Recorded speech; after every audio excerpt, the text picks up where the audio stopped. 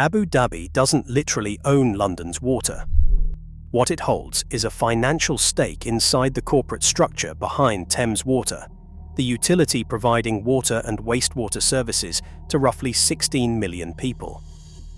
Every bill paid flows upward into a holding company where sovereign wealth funds and pension giants collect returns on a basic household necessity. How did Britain build a system that turned tap water into a global financial asset? Thames. Water is not a river or a reservoir, but a company, one that delivers water and wastewater services to about 16 million people across London and the Thames Valley. The firm at the heart of this system is Thames Water Utilities Limited, known as the Regulated Operating Company. It's the legal entity responsible for keeping taps running and drains flowing, under the close watch of three regulators: Ofwat for pricing, the Environment Agency for pollution, and the Drinking Water Inspectorate for quality. But the story of who actually owns this essential service is far more complicated than a single name on a bill. Above the operating company sits Kemble Water Holdings Limited, the ultimate parent in a multi-layered corporate structure. Kemble is not a water company itself, but a holding vehicle, an entity that exists to own, finance, and extract value from the business beneath it. Inside Kemble, the ownership is split among 9 institutional investors. The largest is OMERS, a Canadian pension fund with about 32% of the equity. The university's superannuation scheme, a UK pension fund, holds nearly 20%. Infinity Investments SA, a subsidiary of the Abu Dhabi Investment Authority, owns just under 10%. This arrangement means that every household bill travels up through a chain of companies and, eventually, into the accounts of global pension funds and sovereign wealth vehicles. The Abu Dhabi link is real, but it is a minority financial stake, not physical control of the water itself. What's changed is not the ownership of rivers or pipes, but the transformation of a public utility into an asset traded in the portfolios of international investors. The transformation of London's water from public utility to global investment asset began with a deliberate act of policy. In July 1989, the Water Act received royal assent under Margaret Thatcher's Conservative government. The law dismantled the old public regional water authorities in England and Wales, transferring their assets, debts, and staff to 10 newly created private companies. Thames Water plc was among these, floated on the London Stock Exchange and open to private equity ownership from its first day. The government's rationale was clear. The public sector could no longer bear the cost of modernising vast, ageing water infrastructure. Ministers argued that only private capital markets could provide the billions needed for upgrades without adding to government debt. The sale generated £7.6 billion for the Treasury, but the expectation was that private owners would invest far more over the coming decades. To balance monopoly power, the Act established a new regulatory regime. The Office of Water Services, Ofwat, was created to set price caps and monitor service standards. The Environment Agency took charge of pollution, river health, and flood risk.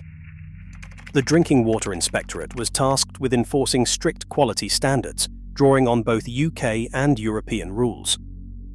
Each regulator was designed to act independently, creating a system of checks on the private companies now responsible for essential public services. Not all of Britain followed this path. Scotland and Northern Ireland kept water in public hands, with Scottish Water and Northern Ireland Water remaining state-owned. Their networks are still financed through government borrowing and subject to direct political accountability. Privatisation in England and Wales was sold as a way to attract private investment and modern management, promising better service without burdening taxpayers. The result was a sector where regional monopolies operate under regulatory oversight, but with ownership and profits open to pension funds, sovereign wealth vehicles, and infrastructure investors from around the world. The ownership of Thames Water unfolds not as a single name on a title, but as a ladder of holding companies and investment entities. At the base sits Thames Water Utilities Limited, the regulated company responsible for water and wastewater services.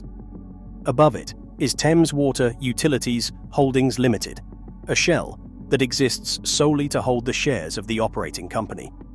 At the top of the structure stands Kemble Water Holdings Limited, incorporated in 2006 and acting as the ultimate parent. This is where the money and the power concentrate. Kemble's shareholder register is dominated by large pools of institutional capital. The largest single stake belongs to OMERS, the Ontario Municipal Employees Retirement System, with 31.78% of the equity. The university's superannuation scheme, a major UK pension fund, holds 19.71%. Infinity Investments, SA, a wholly owned subsidiary of the Abu Dhabi Investment Authority, owns 9.9%.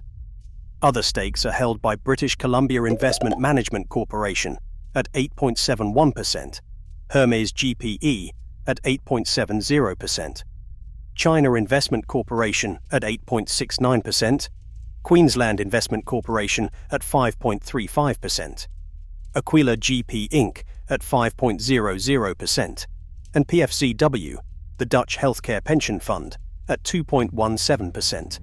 Infinity's nearly 10% share represents the Abu Dhabi connection, but it is a minority position within a broad international portfolio. None of these shareholders owns the physical water or the pipes. Their equity sits in Kemble Water Holdings Limited, giving them rights to a share of profits and influence over high-level decisions. What flows upward from household water bills is not just revenue for a local utility, but a stream of predictable cash that feeds pensioners in Ontario, university staff in the UK, and sovereign wealth funds in the Middle East and Asia. This is the financial architecture behind London's taps.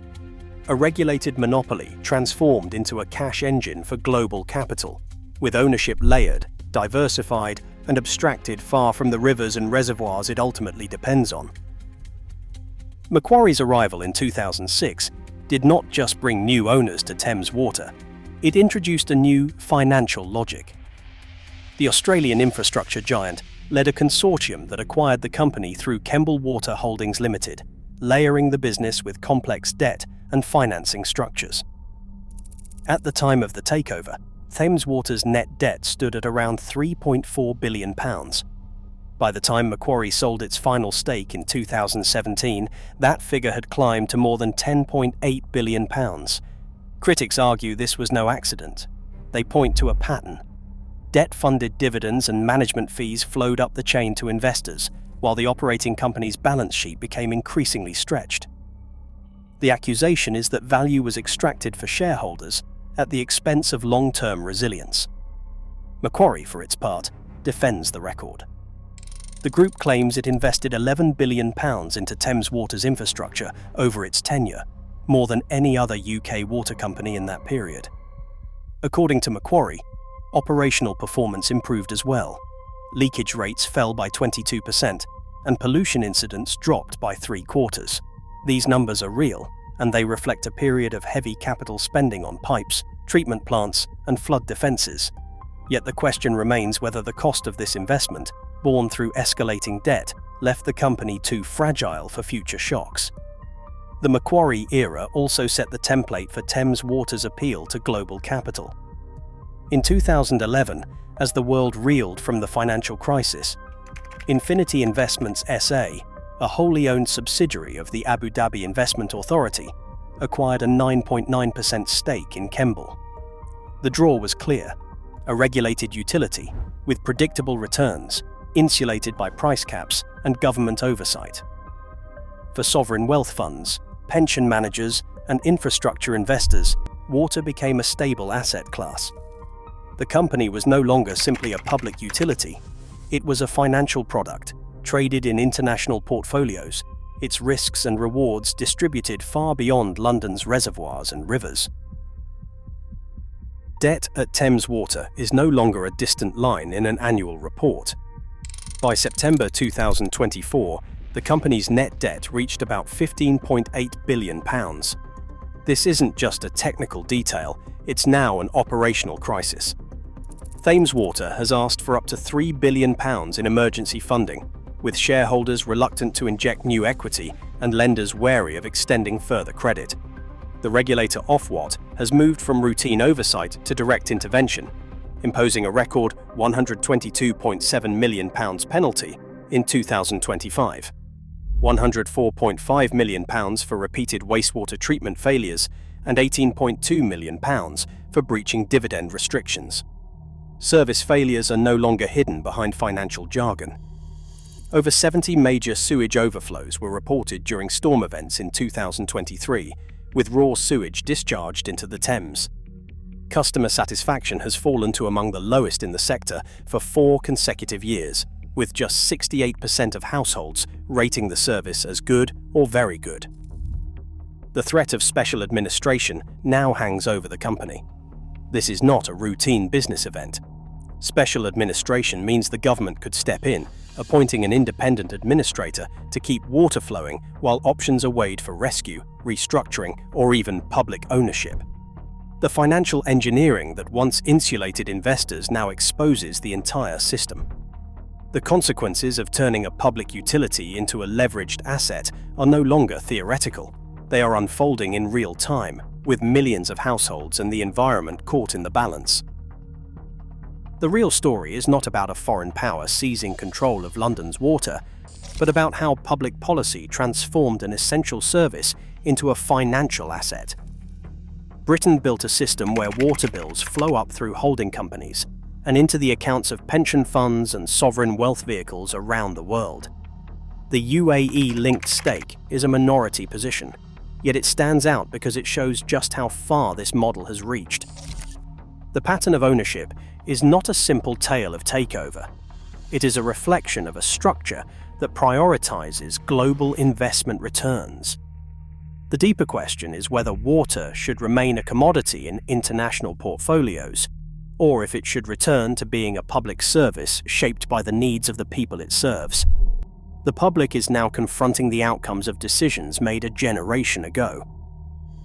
Today, Thames Water Utilities Limited, regulated by Ofwat, the Environment Agency, and the Drinking Water Inspectorate, sits beneath Kemble Water Holdings, where OMERS holds the largest stake, and Abu Dhabi's ADIA, through Infinity Investments, owns 9.9%. Britain didn't lose control overnight. It redefined water as a global asset. What happens next is up to US.